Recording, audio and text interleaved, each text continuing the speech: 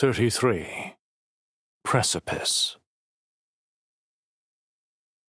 Emilia knew she shouldn't be mad at Terran. What had Venier said? His vows pulled at him? It wasn't as if he was trying to hurt her, but no matter how hard she worked to convince her mind, her heart felt the stab of betrayal. I'm never enough. They'd spent the rest of the day apart, she in her room and Terran preparing the team headed for the Reaches. The evening meal came and went, and still she stubbornly remained sequestered, cursing the hope that Terran would come to her, that he'd choose her. The hours ticked by, and the sky darkened. Finally, she heard the rumble of Terran's baritone a floor below, talking to Solace. Irrational hope bloomed in her chest, and she forced herself to curl up on the bed. His steps sounded on the landing, but they didn't pause by her door, and instead continued down the hall to his room. At the unmistakable click of the door locking, her heart dropped. For a brief, exultant moment, she had a future, a way to salvage something from the wreckage of her life and cobble together a shell to shelter under. Not even a day later, and the illusion was dispelled. She swallowed back tears and gritted her teeth. There had to be another way forward for both of them. Suddenly inspired, Emilia jumped up from the bed and dug through to the bottom of her bag, where the device that held her copy of the Book of Oaths was hidden. She flipped it on and started reading. Simplistic in nature, the primary oath could be left to a broad interpretation. It was in the pages that followed where every loophole was stitched tight with secondary tenets. To break a secondary tenet was to be disowned by the Order. To break the primary oath, or to neglect the assurances, and the sky herself would abandon you. It cleared up something that had confused Emilia for a long time. Nox had laid down his primary oath only because the Order demanded it, not because of the sky. He had broken no oath, and the additional assurance added prohibiting children held no sway over the sky's strength. She'd already been pregnant when he went to the capital. He gave up his power willingly. He'd always said as much, but Emilia assumed a deeper coercion, that his strength would be forfeit unless he submitted to their new law. This is what Venier was talking about. Knowing he was being used as precedent, Nox took himself out of the equation. Upholding the integrity of his oaths and protecting their future while refusing to be used as a tool against his fellow overseers. A new crack spidered through her heart. He chose me, and willingly took on the consequences he never had to bear. Anguish collapsed under her fury. And Terran? Emilia put the book down and leaned back against the wall, tucking her toes under the folded blanket atop the bed. She tipped her head to the ceiling and squeezed her eyes shut. If their conversation today proved anything, Terran, too, was being cornered and manipulated. Does he see what's happening? She sat forward with a jerk. Venier's words had been veiled, but the implication had not. Even Terran had picked it up. The Elder opposed how elevated Darius was trying to restrict and control the overseers. If true, she could know a way to spare Terran from the same fate as Nox. After all Terran had done for her, the least she could do was fight for him now. Shame over her petty words and childish tantrums set her cheeks aflame. I'll fix this. Without another thought, Emilia grabbed her pants from where they were draped across the end of the bed and pulled them on. With quick movements, she tucked in the thin camisole and snatched a thicker knit sweater from the drawer, yanking it over her head. Moments later, she slipped from her room. Venier's house bustled with vehicles and people moving about with purpose, despite the late hour. The large structure boasted a covered entry and cobblestone drive where 2 scoutcraft were parked. The vehicles looked of the wrong sort to be sitting in front of such a refined house, both utilitarian in nature and typically used in transport caravans, not within the tightly packed capital. Emilia slowed her pace and pushed into the shadows of the hedge lining the property, her eyes flicking to the light bursting from the building. A discreet conversation with the elder looked to be off the table. A steady flow of people moved in through the ornate double doors. Venier appeared in the doorway, and Amelia pressed herself deeper into the branches. The action sat at odds with her purpose. She needed to speak to Venier, but didn't want to draw undue attention. Amelia could bring a whirlwind of trouble down on Terran. The prospect stole her breath away. She didn't want to cause him any more pain. She peeked out from around the branches, straining her ears to catch any snippet of what Venier was saying. The murmured rhythms of conversation were all that carried over the distance.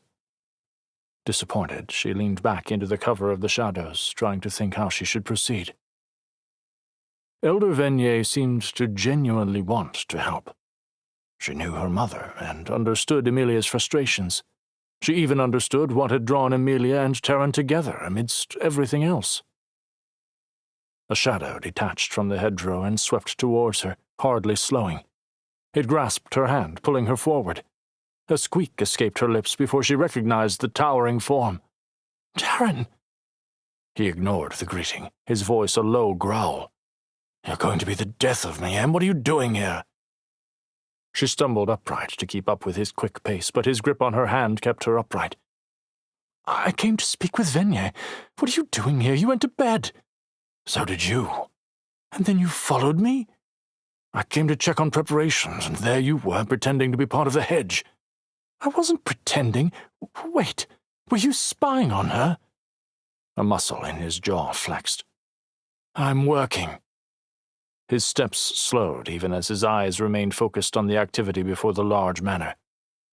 "Venier is leading a team leaving for Rickon, and I'm helping to organize supplies."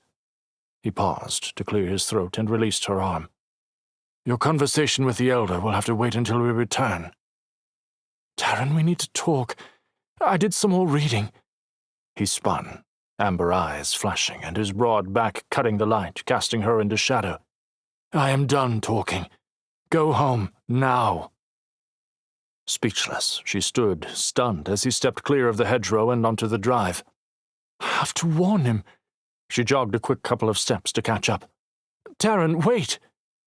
A couple of men loading supplies paused to watch them pass. Terran didn't slow. "You can't be here. Leave." Amelia cast a look around. No one looked ready to stop her. She quickened her step, coming alongside Terran as they walked between the cut stone pillars of the entryway and up the shallow steps. With a huff, he stopped and stared at her. "Amelia!" Venier returned to the open doorway. The elder wore a less formal version of her earlier outfit, setka and all. The muted colors and light fabric billowed around the woman, dancing in the cool breeze. "Ah, there you are, Terran. Almost ready?" He bowed his head and clutched his fists to his chest. "The caravan cars are almost loaded, and we should be ready to leave within the hour." Amelia spun and faced him head-on. "We? Tonight you were going to leave without telling me?" Venier's wrinkled brow creased, looking between the two as Terran pulled in an exaggerated breath, clearly agitated. "I was going to send you word once things were settled." A flood of heat flushed through Amelia, indignant hackles primed.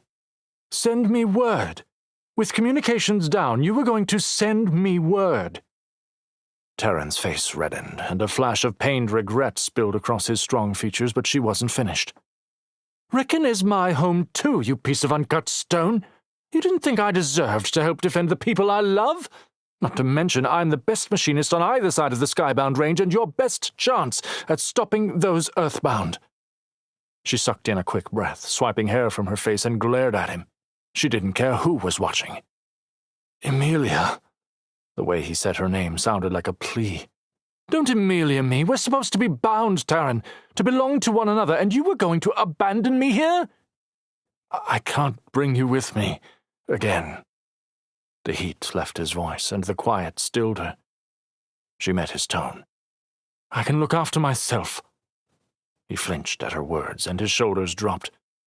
"You can't come." "Is that what this is all about?" Venier laughed, stepping forward. Of course she can come. Terran looked stricken for only a moment before bowing his head to the woman. Yes, Elder. Emilia didn't miss the glimmer of knowing in Venier's eye as she walked them inside with a placating tone. It's admirable you wish to keep your wife safe, Terran, but Emilia is right. She would be extremely valuable to our team moving forward. The frenzied bluster which had possessed him moments earlier vanished, and he stood deflated. Of course. Venier moved to his side and put a hand on his arm. He froze at her touch but seemed to force himself to relax. Emilia frowned at the interaction. What's going on? It's only fair that she be able to help free her home from these creatures. She turned to Emilia. I am sorry for the oversight. I sometimes forget that even those without vows can have immovable wills. I am glad you came to us. Emilia didn't respond, instead watching Terran with a critical eye. Venier turned back to him. He towered over both of them, but Venier's fine frame and stooped posture highlighted the contrast even more. Yet for all his size, it was Terran who looked fragile. Something is wrong. And Emilia couldn't shake the feeling she'd made it worse. Terran bowed. I will finish overseeing the remaining preparations. Without meeting Emilia's eye, he turned and walked off toward a group of overseers gathered in an alcove of the entryway. Terran, Emilia called. His step hitched, but he didn't turn. Venier clicked her tongue. That poor man. Emilia stiffened, defensive. He's trying his best. Venier gave her a frank look. I know, dear, which is why I feel for him. He is clearly torn. I'm surprised he hasn't fractured yet. Fractured? Emilia's stomach flipped within her at the word. Venier took Emilia by the elbow and led her across a grand hall towards a sitting room. The quiet space emanated elegance. A plush bench seat with embroidered pillows and two regal-looking chairs sat before a crackling hearth. Venier gestured to one of the seats, and Emilia let herself sink back into the rich fabric. The low fire radiated a gentle heat, but sweat quickly beaded on her brow, and instead of being comforted, she felt trapped. Have you heard of the term oath-torn? Venier asked. Solus had spoken of it in his conversation with Terran, and it was noted in the Book of Oaths, but nothing specific came to mind with the term. She shook her head.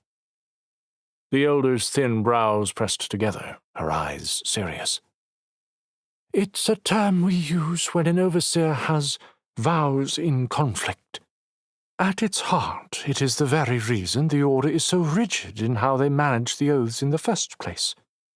Seemingly innocent, well-intentioned vows can become entangled with others, to the point they begin to wear on the overseer who has spoken them.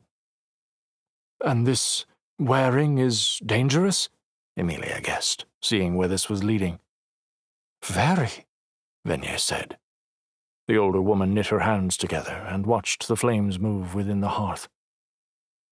And you think Terran is bound in such a way? Venier gave her a gentle smile, but her eyes didn't lift. Darling, you told me of his vow yourself.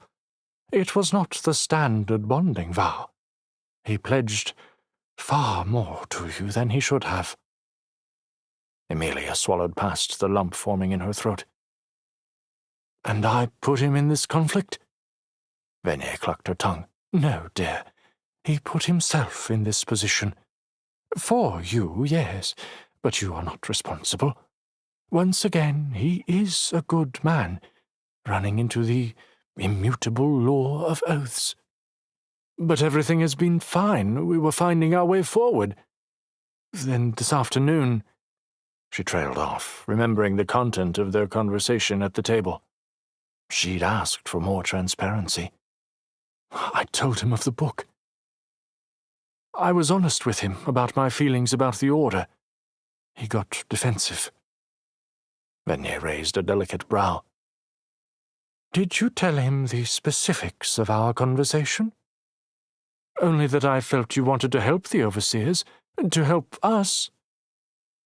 The elder pressed her lips tight for a moment, gaze drifting to where Taryn and the others stood. Did he say anything? Emilia replayed the heated conversation in her mind, his seeming inability to voice what he was really thinking, and concern etched in his gaze. I never should have told him about the book. Her selfish need to have him all to herself had instead forced him away. He wants to protect me. Something I said has put his oaths at odds, hasn't it? That would be my guess. And he wants me to stay behind so he doesn't risk breaking either vow. Relief flooded through her. He wasn't pushing her away because he didn't want her, but because he wanted to protect her. She needed to prove to him she didn't have to be a hindrance, a liability, that she could be the support he needed. Emilia sat a little straighter, knowing what needed to be done, how to fix things between them. Venye looked less optimistic. Possibly, dearest. You need to understand he's in a very precarious position. If he's lucky, he will be able to navigate both oaths. But if he protects his oath to you over his oaths as an overseer, his strength will be forfeit. It was a misunderstanding. I will clear it up, Emilia said, sounding far more confident than she felt. I hope you're right, for his sake, Venye said. I'd hate for the Order to lose one such as him. Maybe you should stay behind, as he suggests. Emilia's stomach plummeted. Elder, this afternoon I spoke to him out of my distress. If he feels he must protect the Order, then I will support him. After everything he's done for me, I will not let my personal feelings compromise him further. You'll protect the Order that betrayed Nox? Elder Venye asked. Bile climbed up her throat at the thought. For now, to protect Taryn.